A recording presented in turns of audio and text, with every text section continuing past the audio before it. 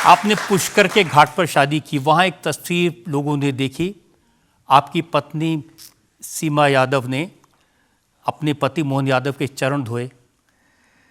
ये मेरी संस्कृति है, मुझे इस बात का गर्व है कि हमारे लिए माता बहनों का जीवन वाकई अलौकिक है। खास करके बहनों का विवाह के बाद का भी जीवन, वो अपनी शादी के पहले माता पिता सहित उस परिवार की लाडली बेटी होती है, तो उस परिवार के एक एक सदस्य के प्रति वो प्रेम स्नेह रखती है।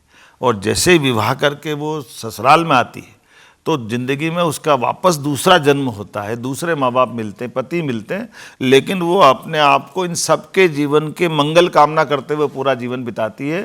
सारे प्रकार से मैं उन बहनों को प्रणाम करता हूँ, उनके उस भाव को प्रणाम करता हूँ। और उसके लिए मुझे गर्व है कि हमारे यहाँ पत्नी का भाव ये कि जैसे ही 7 फेरे हुए तो ऐसे में वो पति को परमेश्वर भगवान के बराबर मानती है।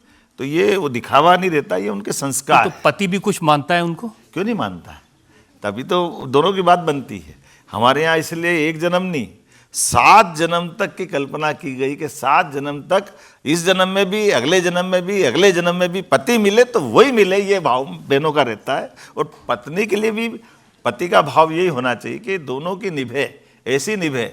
इसीलिए हमारे देवी देवता भी, अगर राम जी याद करो तो सीता जी याद नहीं करो तो बात आधी रह जाती है, राधा जी याद नहीं करो तो कन्हैया आधे रह जाते हैं, अगर पार्वती मैया नहीं बोलो तो नमक पार्वती पते हर हर महादेव, बात ही पूरी नहीं होती है। यह हमें गर्व है, हमारे देवी देवता भी यही संस्कार देते हैं, इस बात का।